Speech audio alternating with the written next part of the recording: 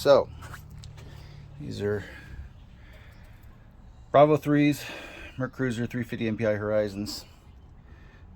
They are the got the heat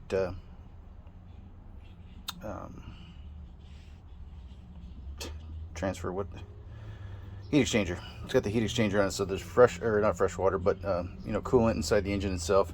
Then it's got a raw water pump down there. That's for the seawater pump. And then your regular water pump is right there, right here. That's for your regular water, or your antifreeze in your engines. So to change the impeller on these things down here, you got to take these off, and man, they are kind of a bitch. I found the easiest way is to just take off the idler and bracket right there. Take that thing off. It takes the two mount bolts off for this. But as you can see, man, those hoses are way back there, and it's behind. This is that type of system where that's an air actuated pneumatic type drain system, which also is a piece of shit. Doesn't work with crap. So those are all the lines melt. You can see that white and green line right here. Those lines, they melt. They sit in between these things and they melt shut, and then nothing works anymore. So you got to take out those blue valves and drain everything. There's 5 of them. There's 2 in the water pump, the seawater pump. There's one right here in the heat exchanger. There's one at the fuel cooler. There's one down there at the manifold, that water manifold right there. So there's 5 altogether. The way that I do it when I winterize the motor is I take a 5-gallon bucket, and I have these white, they're white little screw-ins that screw into the baskets right there, whatever the hell they're called, I can't remember now. But anyways, you screw them in the top, and then you can put a hose in there, and then I screw that to a 5-gallon bucket, and I put antifreeze in it, start the motors, and it flushes antifreeze through the whole system, through the raw water system, and then you don't have any problems with freezing. And then you can leave the plugs in, and I drain them first, and then I put them back in, then I run the water through there, or the antifreeze through there, to get it all through the system, so you don't have to worry about it through the winter. But anyways, to get to this pump, take off those bolts, and then you see what I'm doing here. I'm taking the bolts off of the fuel cooler, water separator. There's a bolt there. There's usually a bolt here, but it looks like, I don't know where it is, right there. There's usually 2 bolts, one there and one there.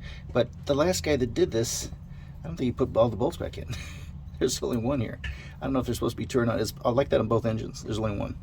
And then there's one in the back, which is, I don't know if you can see it back there. Right.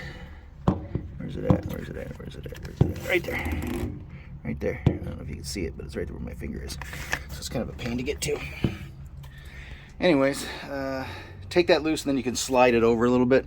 Then you can get underneath there to get the hoses. Because, man, they're way the hell back in there. And you can't even get down inside there. I mean, I got limited room as it is. It's a pain to get in there, but you can get it out.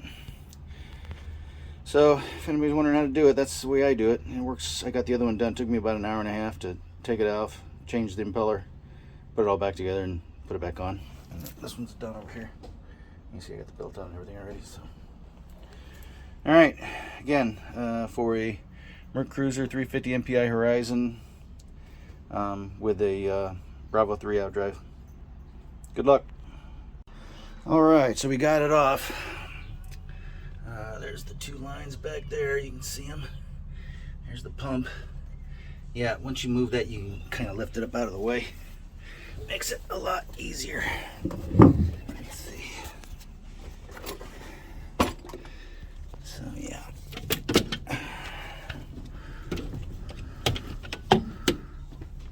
So you can just move it up out of the way, and you can get back inside there and work on stuff. So it makes it a little bit easier. 2 bolts. One there. The one in the back was kind of a pain, but these ones worked all right. And I got the pump out. And you can see this is how this has the pneumatic. Excuse me. It has the pneumatic water release system. These things right here. Those right there. They you pump them up through these hoses with this pump right here, and they release a cylinder inside there, and they drain out right there. But they never work. So whatever.